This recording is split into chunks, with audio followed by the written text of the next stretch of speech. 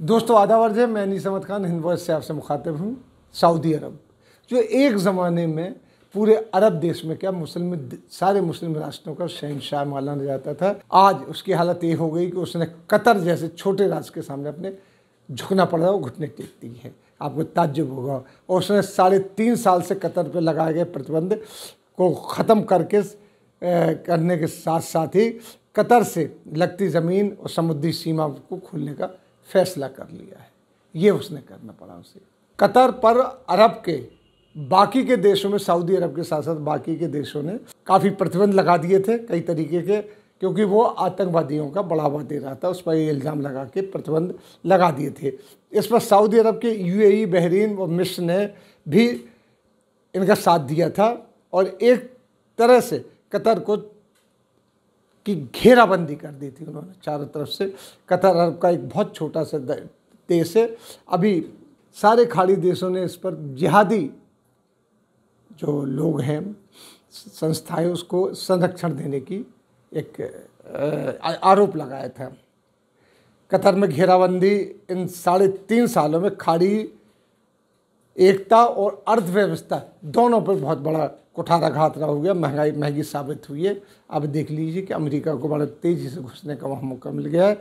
हालांकि सऊदी अरब ने प्रतिबंध हटा लिया है, पर कतर के लोग इसे जल्दी कबूल नहीं कर रहे हैं। वो चिड़े हुए हैं।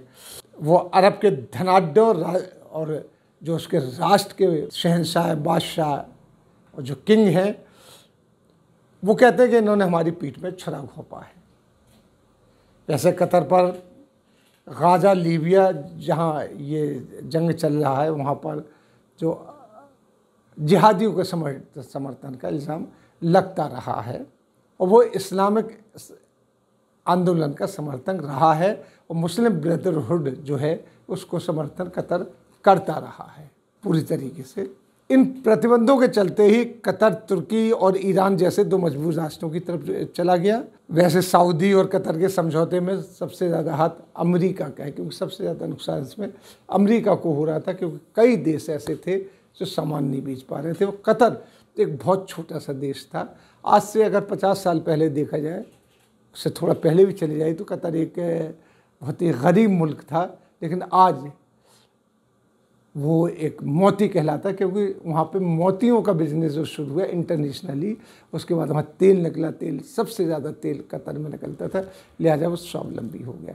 इसी के साथ जो अल जजीरा शुरू किया है कतर ने, उससे उसकी ताकत बहुत ज़्यादा बढ़ गई है, क्योंकि इससे पहले अरब कंट्रीज़ में कोई चीज़ बाहर नहीं जाती थी, ना उनका कोई चैनल था। लेकिन अल जजीरा शुरू करके उसने अपने आप को मीडिया में भी पुख्ता कर लिया। अमेरिका इसमें इतनी मदाखलत कर रहा है इनकी सुलह हो जाए कि जो समझौता कार्यक्रम होगा उसमें ट्रंप के सलाहकार जेरेड किशनर, जो कि इनके दामाद भी हैं ट्रंप के, वो खुद मौजूद रहेंगे और सऊदी अरब के जो अमीर हैं वो भी उसमें मौजूद रहेंगे।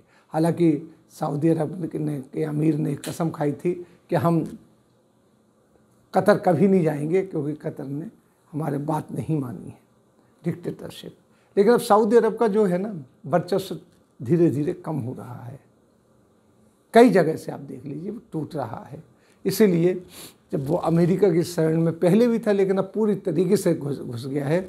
जब मोहम्मद बिन सलमान, तब से उन्होंने अपने हाथ में सारी बागडोर ली है। हालांकि ऐसे ऐसे फैसले कर रहे हैं जो गैर इस्लामी भी कहे जाते हैं, लेकिन वो कर रहे हैं। चल रहा है कि इकॉनमी वहाँ की बिल्कुल तबाह हो गई, कहते हैं। तेल ख़त्म हो गया वहाँ पे, लेकिन कतर अब भी जमा हुआ है, लिहाजा इनको घुटने टेकना पड़े। इसी के साथ हम आपसे लेते हैं विदा। अगले अंक में फिर हाजिर होंगे, तब तक के लिए दीजिए हमें इजाज़त।